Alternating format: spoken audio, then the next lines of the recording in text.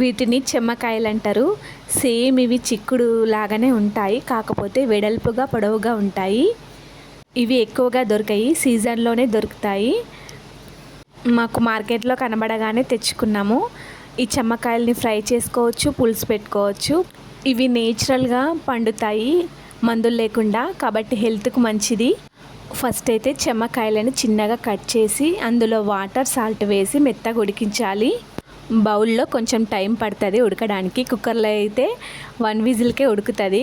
మనం అట్లా అనుకుంటాం ఉడుకుతుందని, కానీ ఉడకదంట, అది మెదుగుతుందంట. హెల్త్కి కూడా మంచిది కాదు. కొంచెం లేట్ అయినా కానీ బౌల్లోనే ఉడికించుకుందాం.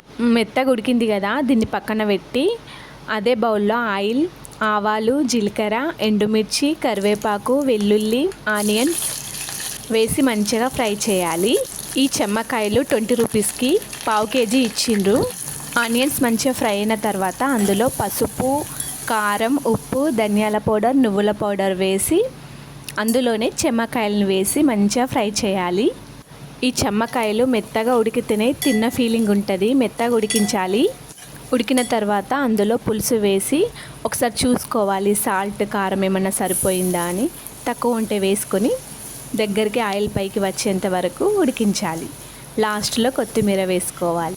మేము చిన్నగా ఉన్నప్పుడు ఈ కర్రీ ఎక్కువగా వండుతుండే. అమ్మమ్మలు, నానమ్మలు అట్లా వండుతుండే. కానీ ఇప్పుడు ఎక్కువ ఎవరు వండుకుంటలేరు. కొందరికి తెలియదు కూడా చెమ్మకాయలంటే.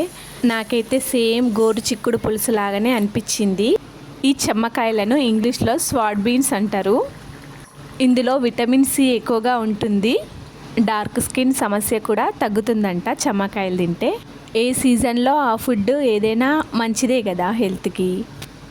ఈ వీడియో మీకు నచ్చినట్లయితే లైక్ చేయండి, షేర్ చేయండి, సబ్స్క్రైబ్ చేసి సపోర్ట్ చేయండి ఫ్రెండ్స్.